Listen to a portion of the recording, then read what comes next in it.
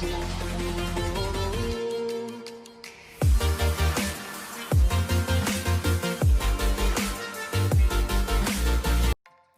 Friends, welcome back to wow to Emmy. ఈరోజు నేను చేయబోయే రెసిపీ జీరా రైస్. జీరా రైస్ హెల్త్కి చాలా మంచిదండి. రెస్టారెంట్కి వెళ్ళే పని లేకుండా ఇంట్లోనే ఈజీగా జీరా రైస్ని ఎలా ప్రిపేర్ చేయాలో చూద్దాం. ముందుగా దీనికి కావాల్సిన పదార్థాలు, అలాగే ఫస్ట్ టైం మన ఛానల్ని చూస్తున్న వాళ్ళు తప్పకుండా సబ్స్క్రైబ్ చేసుకుని మీ సపోర్ట్ని మాకు ఇవ్వండి. సో ఇంగ్రీడియంట్స్ని చూసారు కదా. దీనికోసం మనం స్టవ్ మీద పాన్ పెట్టుకుని 3 టేబుల్ స్పూన్ ఆయిల్ని యాడ్ చేసుకోవాలి.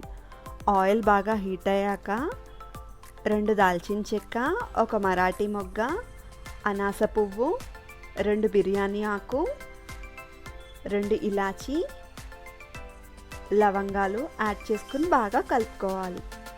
ఇవి కొంచెం ఫ్రై అవ్వాలండి. ఇవి కొంచెం ఫ్రై అయిన తర్వాత 4 టేబుల్ స్పూన్ జీలకర్రని యాడ్ చేసుకోవాలి. జీలకర్ర కాస్త ఎక్కువే పడుతుందండి, మెయిన్ ఇంగ్రీడియంట్ అదే కదా.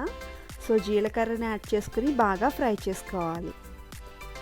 ఇలా ఫ్రై చేసుకున్న తర్వాత కట్ చేసి పెట్టుకున్న పచ్చిమిర్చిని యాడ్ చేసుకోవాలి. పచ్చిమిర్చి కూడా కాస్త ఎక్కువే పడుతుందండి, ఎందుకంటే దీంట్లో మనం కారం అనేది యాడ్ చేసుకోము.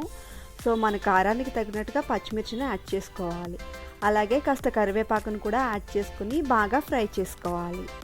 ఇవి ఫ్రై అయిన తర్వాత చిన్న చిన్న ముక్కలుగా కట్ చేసుకున్న కాజును కూడా యాడ్ చేసుకోవాలి. ఇది ఆప్షనల్ అండి, బట్ టేస్ట్ చాలా బాగుంటుంది మనం రైస్ తినేటప్పుడు. సో ఇవి కొంచెం ఫ్రై అయ్యాక కొద్దిగా సాల్ట్ని యాడ్ చేసుకోవాలి. సాల్ట్ ముందే యాడ్ చేసుకోవాలండి. రైస్ యాడ్ చేసిన తర్వాత సాల్ట్ యాడ్ చేస్తే మీకు సాల్ట్ అనేది పట్టదు. సో ముందే యాడ్ చేస్తే రైస్కి బాగా పడుతుంది ఉప్పు అనేది.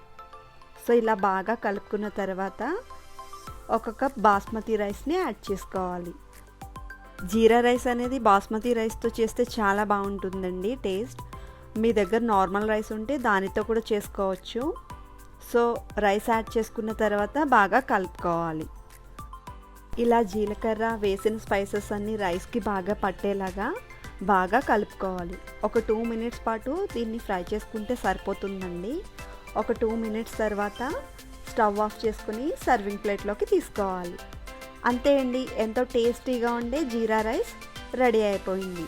దీన్ని దాల్తో కానీ లేదా పన్నీర్ కర్రీతో కానీ సర్వ్ చేసుకుంటే చాలా టేస్టీగా ఉంటుంది. డెఫినెట్గా మీరు కూడా ట్రై చేయండి.